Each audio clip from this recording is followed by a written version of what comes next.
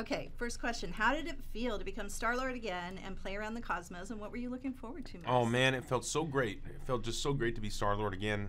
This character is so near and dear to me. I love working with James Gunn. Our collaboration is maybe my favorite thing in my career.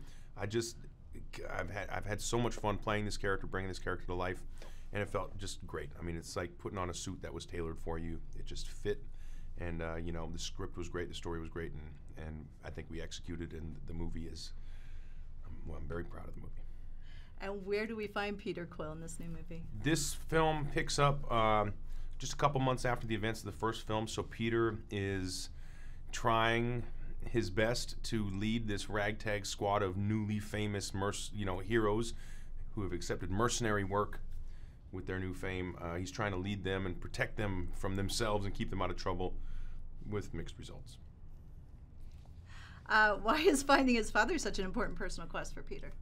Well, I mean, you know, this is grounded in reality, and even though this is set in space and it's this epic space opera and it's part of the Marvel Cinematic Universe, the character is very much grounded in reality. And you know, he was a boy who never knew his father and constantly questioned his origin and where he came from. And all he knew was that his mother told him his father was from the stars, and when she passed away, he ended up going up into space and never was given that answer. So he's a little insecure about it, and as you would be, he wants to know who his father is, and you know, it's very human. It's a very human desire and need to know where you're from.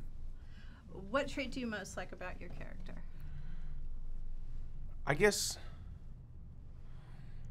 I don't know. I guess the trait that I like most about Quill is his heart, his love for his friends and family, and you know, yeah, I think probably his heart. Tell us about Star-Lord's relationship with the other Guardians this time around.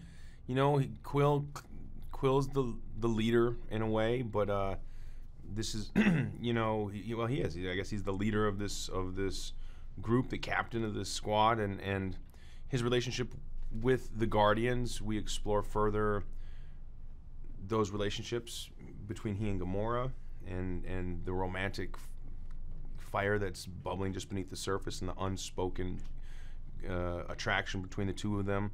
You know, his kind of becoming a father himself in a way to this young, vulnerable baby Groot, and you know, a friend with Rocket, and you know, that complicated relationship.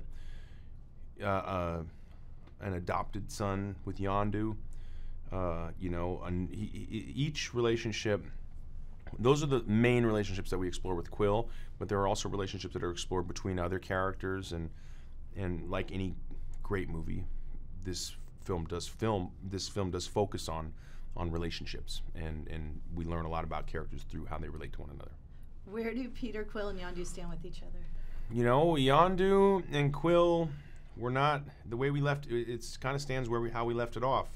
Yondu loves Quill, but was not great to Quill.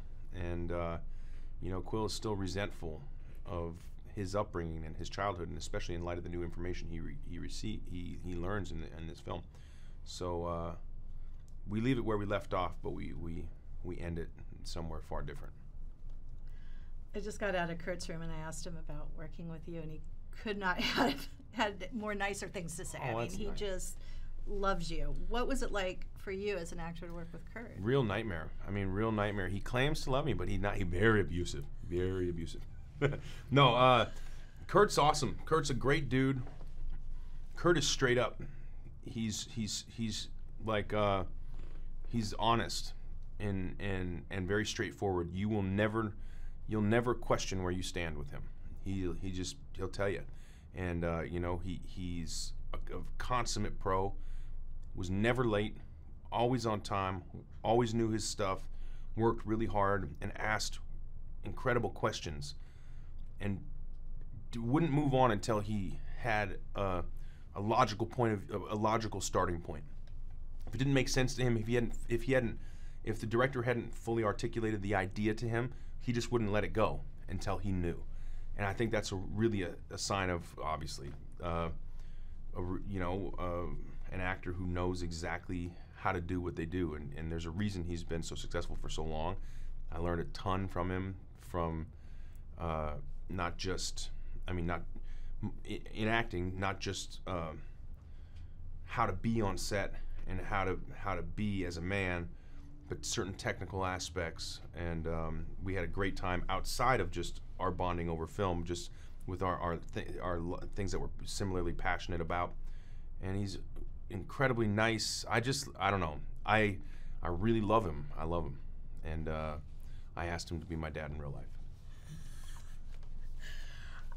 Rest in peace, Bob. But you've been replaced, okay, by Snake Plissken, so you get it. I thought James Gunn was just so incredible. I mean, so well spoken. But then you met him. So much and energy. You realized you were wrong. He's the worst. Oh, he's I get insane. it. What was there a certain comfort level working with him again, and why? What do you find so appealing working with James? James and I have a shorthand. James and I have a shorthand professionally, comedically. Like, we can just look at one another and start laughing. It's like we can kind of read each other's minds, and I think that's a result of working intensely together for years and years now. And we've got a great collaborative relationship, and he's my leader, and I trust him, and he asks me to do things that make me uncomfortable sometimes, but I trust that I'm in good hands, and I'm sort of like putty in his hands. He can get me to do just about anything he wants me to, and I can't say that about every director because I don't always trust every director, but with him I do. If you could sum up your experience making this film in one word, what would it be and why?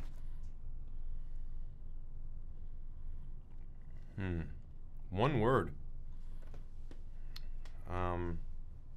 Satisfactory. No, I was joking. Profound. Profound.